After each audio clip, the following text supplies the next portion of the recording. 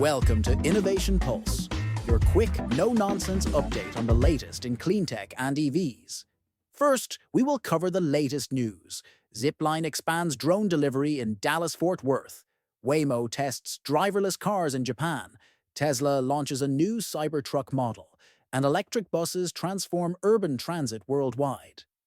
After this, we will dive deep into the electrification of school buses and other bus types, exploring their role in the next wave of transportation innovation. Zipline is expanding its drone delivery service to more locations, starting in the Dallas-Fort Worth area. Their drones, called aircraft, can deliver packages with high precision over long distances. The service has already completed over 1,400,000 deliveries globally, including in Rwanda, where it provided critical medical supplies. Zipline's drones are notable for their advanced technology, allowing them to navigate complex airspace and operate beyond visual line of sight. They have two main types of aircraft, the P1 and P2. The P1 is a fixed-wing model that can deliver packages via parachute, while the P2 has a tethered delivery system. Zipline is currently partnering with Walmart and plans to expand its offerings, including retail and healthcare deliveries. The company's innovative approach aims to reduce road congestion and provide faster, emissions-free delivery solutions. For now, let's focus on Waymo's international expansion strategy. Waymo, part of Alphabet, is set to test its driverless vehicles on Japan's public roads next week, marking its first international venture. While it's unclear if Waymo will launch a commercial robotaxi service there, the company views this as a significant milestone. This road trip aims to collect data on Japanese driving conditions, such as left-hand traffic and the dense urban environment of Tokyo.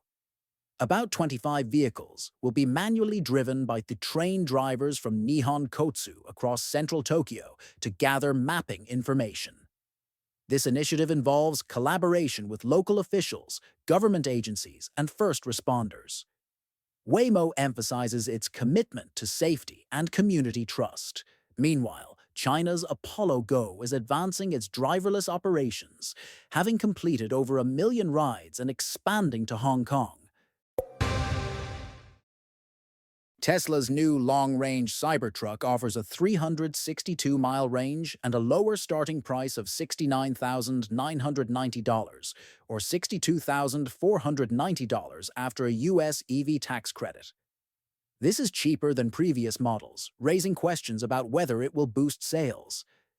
In the first quarter, Tesla sold 6,406 Cybertrucks, far below Elon Musk's annual target of 150,000. Despite over 1 million reservations, few have converted to sales, possibly due to high prices or unmet expectations for full self-driving features. The lower price and increased range may attract more buyers, but skepticism remains about its impact. The truck's unique, polarizing design may not appeal to the mass market. The question is whether this new version can double sales, which would still be a modest $26,000 annually. The price, though lower, remains significant, potentially limiting its market appeal. And now, pivot our discussion towards the main clean tech topic.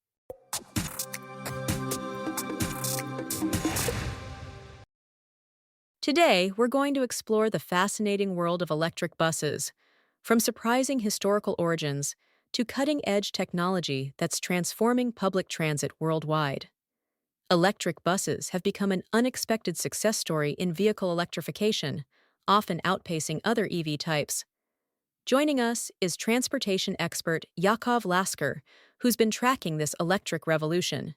Welcome, Yakov. Thanks for having me, Donna. Electric buses are indeed one of the most successful, yet underappreciated stories in transportation. Electrification. I'm ready for your first question. Most people think electric vehicles are a recent innovation, but the history of electric buses goes back further than many realize. When did they first appear? You'd be shocked to learn that the first electric bus was demonstrated all the way back in 1882 in Berlin by Werner von Siemens. This electromote was essentially a carriage powered by overhead electric wires, the world's first trolleybus. While people associate EVs with the Tesla era, electric public transportation has a 140-year history. By the early 1900s, trolleybus systems expanded rapidly across Europe and the US. At their peak, about 400 trolleybus networks operated concurrently worldwide. Many cities like San Francisco, Zurich, and Moscow still operate these electric trolleybus systems today. Living history of early electric transportation. I had no idea they went back to the 19th century. What about battery-powered buses? When did they become practical? The journey to battery-powered buses was surprisingly long and difficult. The first real experiments began in the 1970s when MAN in Germany created a battery-electric bus prototype that could carry 99 passengers. The catch? It had only a 50-kilometer range, using massive lead-acid batteries stored in a trailer that needed swapping when depleted. Some of these buses actually shuttled athletes at the 1972 Munich Olympics. The real breakthrough didn't happen until the early 2010s, when lithium-ion battery costs dropped while performance improved. The game-changing moment came in 2017, when Shenzhen, China completely electrified its entire public bus fleet, all 16,000 buses. This proved large-scale electric bus deployment was practical and kick-started the global revolution we're seeing today. Where do we stand now with electric bus adoption? Are we talking about a few hundred buses, or has this really gone mainstream? The numbers are staggering. There are about 635,000 electric buses operating worldwide today, up from virtually zero a decade ago. In 2023 alone, nearly 50,000 e-buses were sold globally. What's fascinating is the regional variation. In Europe, 42% of all new city bus sales in 2023 were electric, up from just 15% in 2020. That's an incredibly rapid transition for heavy vehicles. The most surprising statistic might be from China, which has over 400,000 electric buses already in operation. Chinese manufacturers like BYD and Yutong now dominate global production and have expanded worldwide. They supply 85% of electric buses in Latin America and have grown from 10% market share in Europe to 30% in just 6 years. We're witnessing one of the fastest technology transitions in transportation history. Let's talk about the different types of electric buses out there.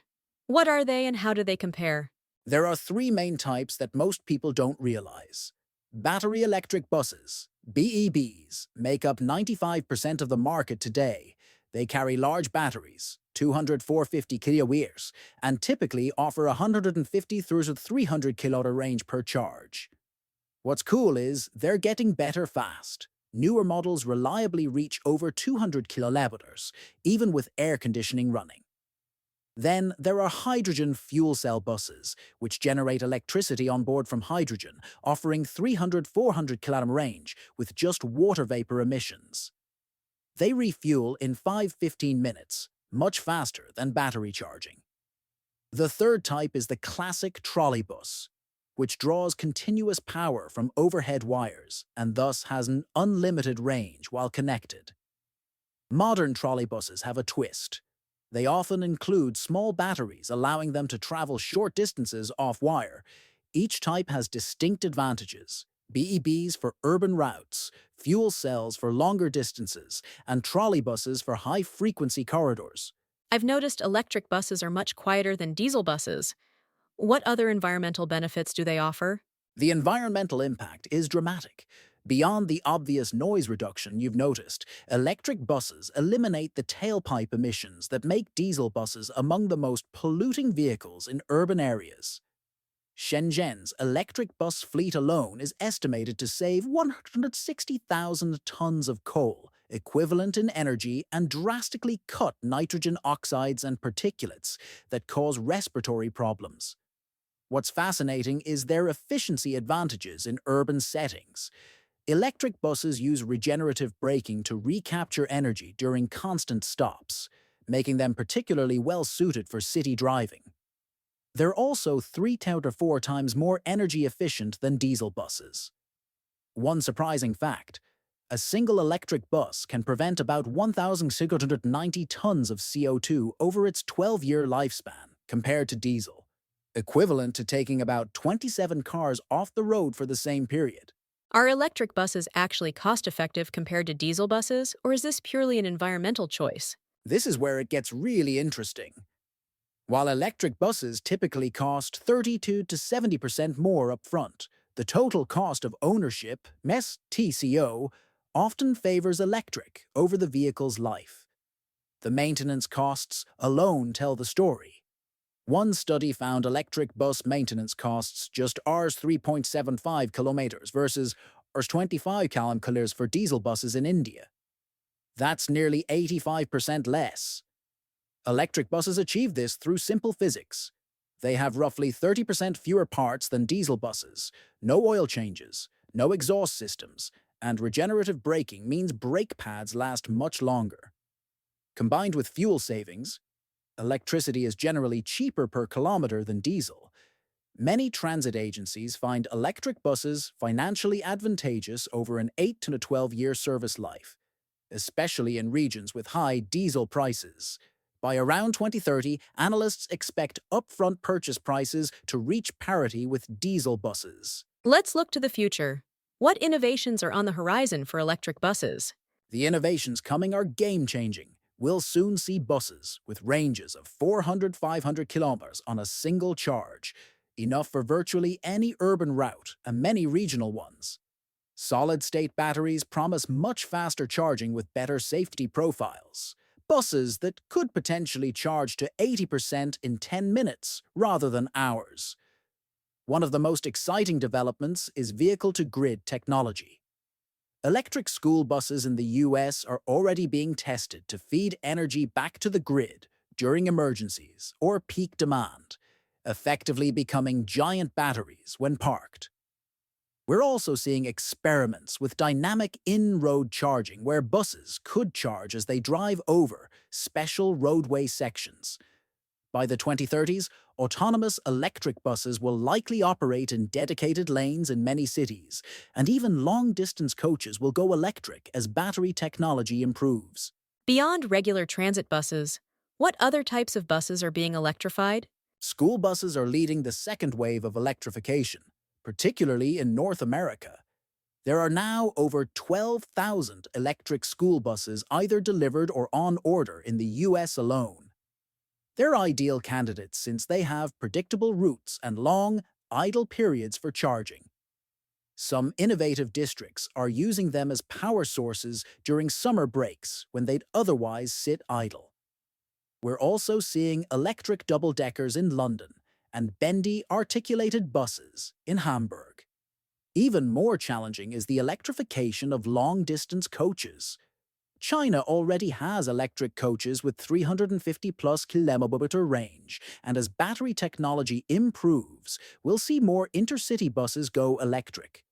The progression is logical. Start with the most predictable urban routes, then gradually tackle more demanding applications as technology improves. By the 2030s, electric buses will likely dominate across all segments. What lessons can we learn from the electric bus revolution that might apply to other transportation sectors? The electric bus success story provides a fascinating blueprint for broader transportation, electrification. The key insight is focusing first on use cases where vehicles follow predictable routes, travel moderate daily distances, and can use centralized charging infrastructure. This explains why we're now seeing rapid growth in electric delivery vans and postal vehicles. Perhaps the most important lesson is how quickly the transition can happen once the technology matures. In just a decade, we've gone from demonstration projects to electric buses becoming the default choice in many major cities worldwide. The total cost advantage of electric buses continues growing as battery prices fall and operational savings accumulate. What's happening with buses today previews what we'll likely see across other commercial vehicle segments tomorrow, a rapid shift that may surprise people with its pace and scale. This has been eye-opening, Yakov. Any final thoughts on what makes electric buses stand out in the EV landscape? What fascinates me most is that electric buses succeeded first because they hit a perfect sweet spot. Their predictable routes eliminated range anxiety, their centralized charging avoided infrastructure challenges, their high utilization maximized operational savings, and their environmental benefits were immediately noticeable in urban areas. Electric buses prove that electrification works at scale for large, demanding vehicles, not just cars. The sheer number of electric buses already on roads worldwide, 635,000 and counting, tells us that the electric revolution is well underway in public transportation. This isn't a future possibility. It's today's reality. Within a decade, seeing a diesel bus in many major cities worldwide will likely be unusual. A remarkable transportation transformation happening right before our eyes. Thank you, Yakov, for these fascinating insights into electric buses, from their surprising 19th century origins to their electric future. You've definitely changed how I'll look at public transportation from now on. It's been my pleasure, Donna. Next time you ride a quiet, clean electric bus, remember you're experiencing both the oldest and newest form of electric transportation, a 140-year journey that's just hitting its stride.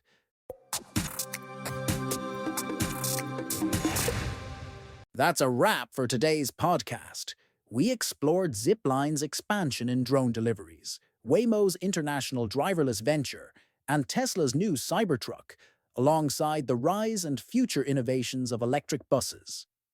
Don't forget to like, subscribe, and share this episode with your friends and colleagues so they can also stay updated on the latest news and gain powerful insights.